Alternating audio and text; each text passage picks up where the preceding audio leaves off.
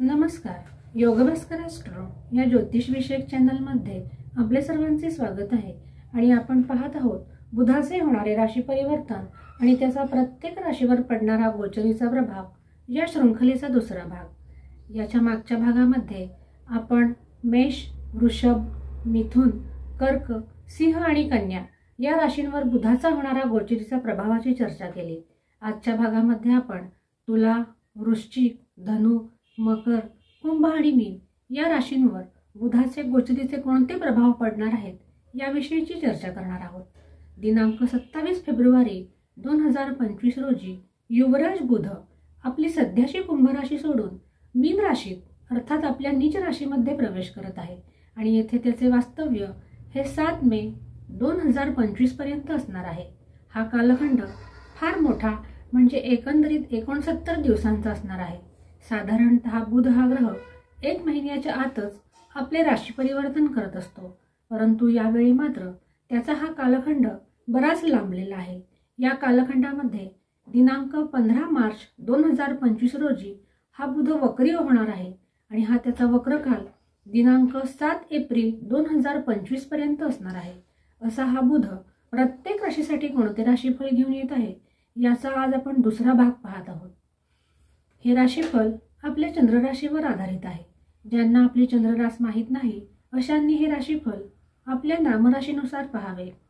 वाणीचा कारक हा बुध ग्रह आहे आणि त्याचबरोबर शिक्षण, विद्यार्थी वर्ग, व्यापार, मीडिया, कम्युनिकेशन, कमोडिटी, शेअर बाजार, बँक, रिसर्च फील्ड, मार्केटिंग, गणित या सर्वांवर बुधाचा अंमल असतो.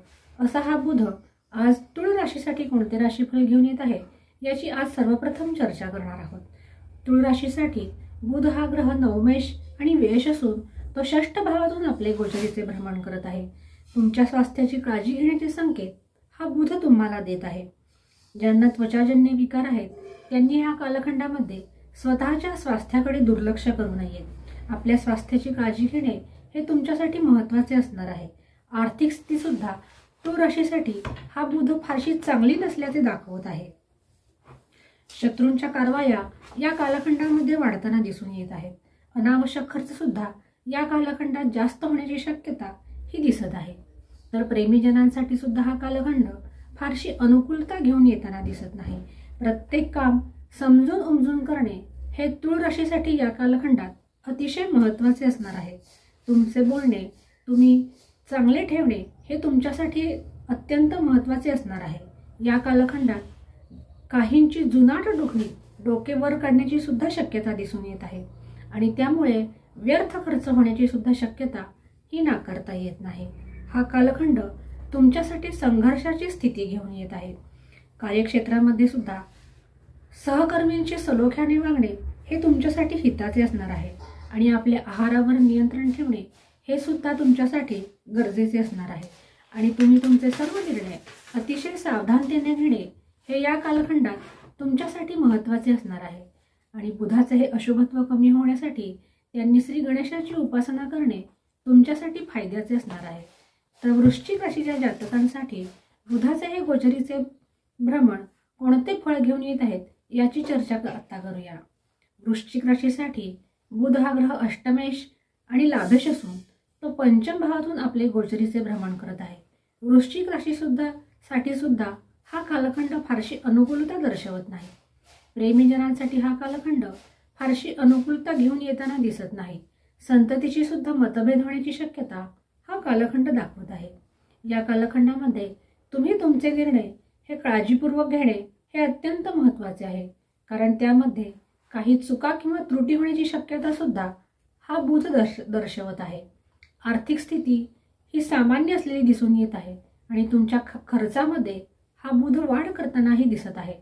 अनावश्यक त्रास तुमच्या वाट्याला येण्याची शक्यता ही हा कालखंडात दिसून येत आहे. वैवाहिक जीवन किंवा वैवाहिक संबंध सुद्धा तणावाचे असण्याची शक्यता ही दिसून येत आहे. विद्यार्थी वर्गासाठी सुद्धा हा कालखंड फारसा अनुकूल दिसत नाही.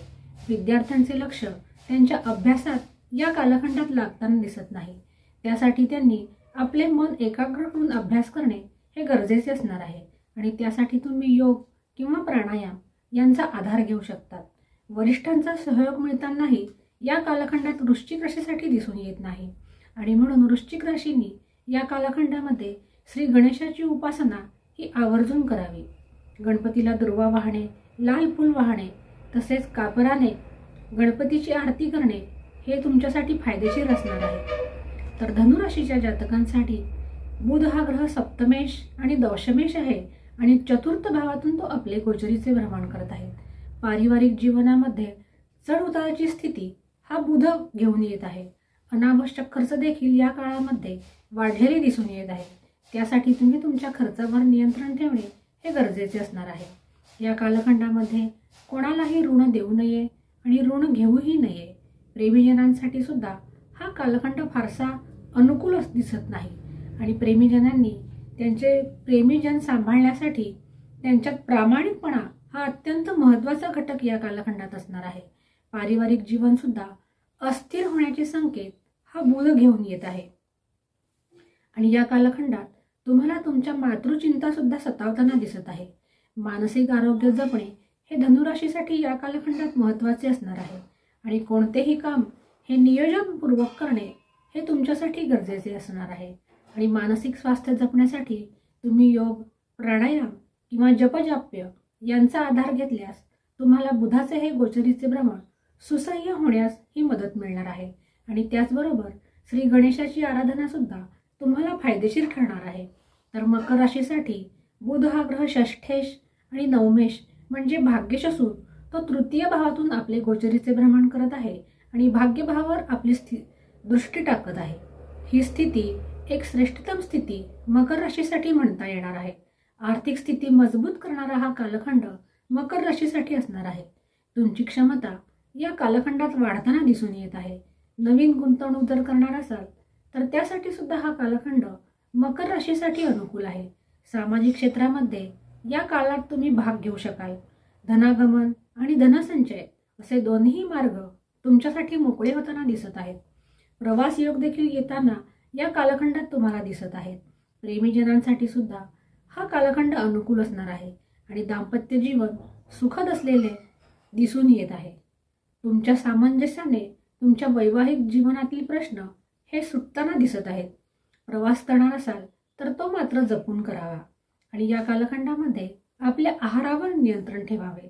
जे जातक राजकारणाशी संबंधित आहेत त्यांच्यासाठी सुद्धा हा कालखंड अनुकूल असाच आहे आणि व्यापारी आणि नोकरी अशा दोनही क्षेत्रामध्ये काम करणाऱ्यांसाठी हा बुध अनुकूलता घेऊन येत आहे। मुख्यतः मार्केटिंगमध्ये जर तुम्ही काम करत असाल तर तुमच्यासाठी हा कालखंड अनुकूलताच घेऊन येत आहे। परंतु या कालखंडामध्ये तुमच्या लहान भावंडांची मतभेद होण्याची शक्यता ही सुद्धा दिसून येत आहे आणि त्यासाठी तुम्ही तुमच्या भावंडांची सलोख्याने वागणे हे महत्त्वाचे असणार आहे।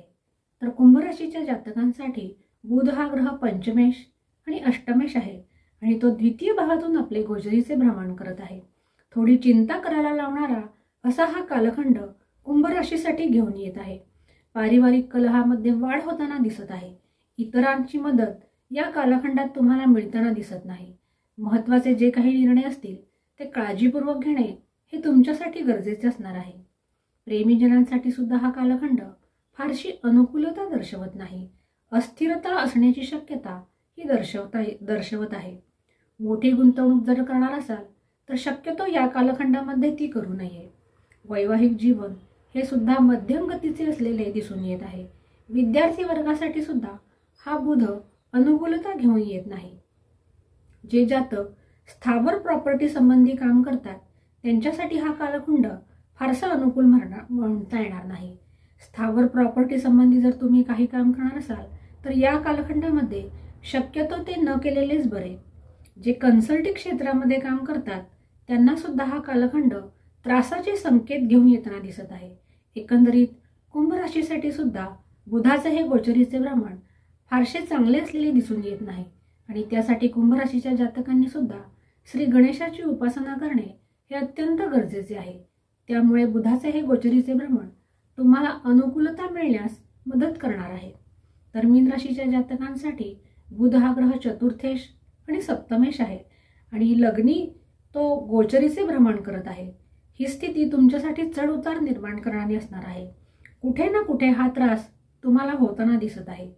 या कालखंडात तुम्ही तुमचे व्यक्तिमत्व उठावदार बनण्यासाठी प्रयत्न करणे हे सुद्धा गरजेचे असणार आहे. अनावश्यक खर्चामध्ये वाढ होतानाही हा बुध दाखवत आहे. प्रेमीजनांसाठी सुद्धा हा कालखंड फारशी अनुकूलता दर्शवत नाही आणि दाम्पत्य जीवनामध्ये काही ना काही कुरबुरीचे संकेत हा बुध घेऊन येत आहे. ज्यांना डोळ्यासंबंधी विकार आहेत किंवा ज्यांना त्वचेसंबंधी काही आजार आहेत त्यांच्यासाठी मात्र हा कालखंड फारसा अनुकूल नाही. त्यांनी आपल्या स्वास्थ्याची काळजी घेणे हे अत्यंत गरजेचे असणार आहे. नोकरी करत असाल तर त्यातही साधारण स्थिती असणार आहे आणि व्यापारी वर्गासाठी हा कालखंड अनुकूल नाही. जे भागीदारीमध्ये व्यवसाय करतात त्यांनी सुद्धा सतर्कतेने काम करणे हे महत्त्वाचे असणार आहे. वरिष्ठांचा सल्ला त्यासाठी तुम्हाला महत्त्वाचा ठरताना दिसून येत आहे. कार्यक्षेत्र बाधित करणारा असा हा कालखंड मीन राशीसाठी असणार आहे.